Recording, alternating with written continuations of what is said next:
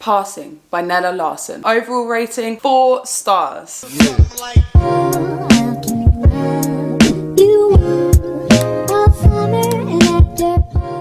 10-word description. A historical fiction story focusing around the idea of passing. I've got loads to say about this book, and again, I'm trying to fit it into a really short space of time, so let me get on with it. Number 1, 1920s America. Irene and Claire were known to each other as children, but have since parted ways. One to a relatively good life in middle-class black Harlem, and one as a white passing wife to a vehemently racist husband. It's deep. It's deep. The book explores that dynamic and the difference for these two women who could have gone down the same route but have chosen separate paths. Point number 2. This is the Penguin Macmillan Collector's Library edition, but it was originally published in 1929. So you have got to get used to like the old-fashioned way of writing with its subtleties and pleasantries. If you're not used to reading this type of genre, then I would say that you're gonna have to get used to it, but this book is definitely worth it because it's juicy. Number 3. This book was really emotional for me. Passing was such a horrible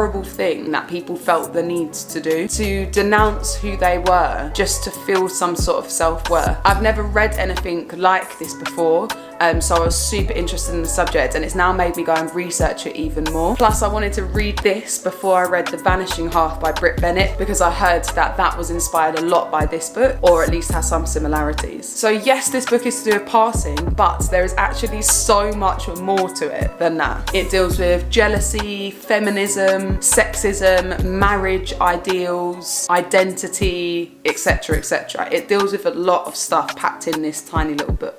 Number 4. Irene, the main protagonist, is sometimes a bit hard to like, in my opinion. Like, she berates Claire and kind of looks down on her for passing as white, but yet when Irene wants to, she'll pass as white just to get into nicer restaurants or bars. So I think she's a little bit hypocritical at times. But then at the end of the book, I massively feel sorry for her. I really do feel for her a lot. Point number 5. The ending of this book was so shocking. Like, I genuinely was so shocked. I really wasn't expecting this book to end how it did. It's the sort of book which kind of leaves you like, what? Like, oh, okay, that's so much happens. And then you get to the end and you're like, oh, shit then. Damn. Yeah, it was good. And this book really stuck with me. I'm so glad that I actually tried to read something that was like historical fiction, especially surrounding this subject. I found it so interesting to almost transport myself back to those days. It felt like, to me, Black Great Gatsby, Great Blacksby. Oh, I laugh at my own jokes. It felt like the Black Great Gatsby. I don't know why. I just felt like it was in there somewhere. I know it's a similar sort of time era. Definitely would recommend passing to those who really want to look into what it was to be black and what it was to be light-skinned black or mixed race or of mixed identity in those times. I found this so interesting. It really made me start to reflect.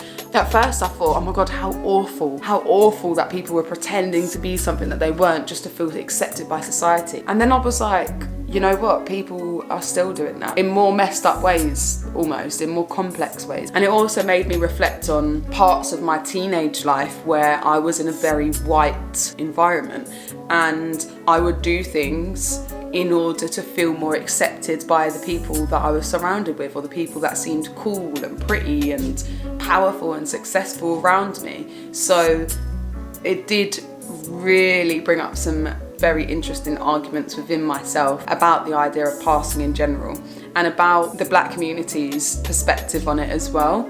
It's weird how it's like, it's accepted, looked down upon, but also people kind of respect them or understand why people are passing or trying to. It's a very, very complex thing, and it's made me really excited to read The Vanishing Half. Once you get past the writing style, I really enjoyed it, but then I'm a bit of a basic bitch reader. Maybe I'm just not that well read on historical novels, but I absolutely love this book. Would definitely say give it a read. If you've read this, can you let me know what you think in the comments? Because I don't know if I've perceived this in like a weird way. I also want to talk to someone about the end, because Irene all of a sudden becomes a very unreliable narrator and we can't quite work out what's going on. Make sure that you like this video if you liked it, and that you subscribe down below if you haven't already and you want to see more chatty book reviews. And that's it. Boom, boom, boom, boom, boom. You were a summer and after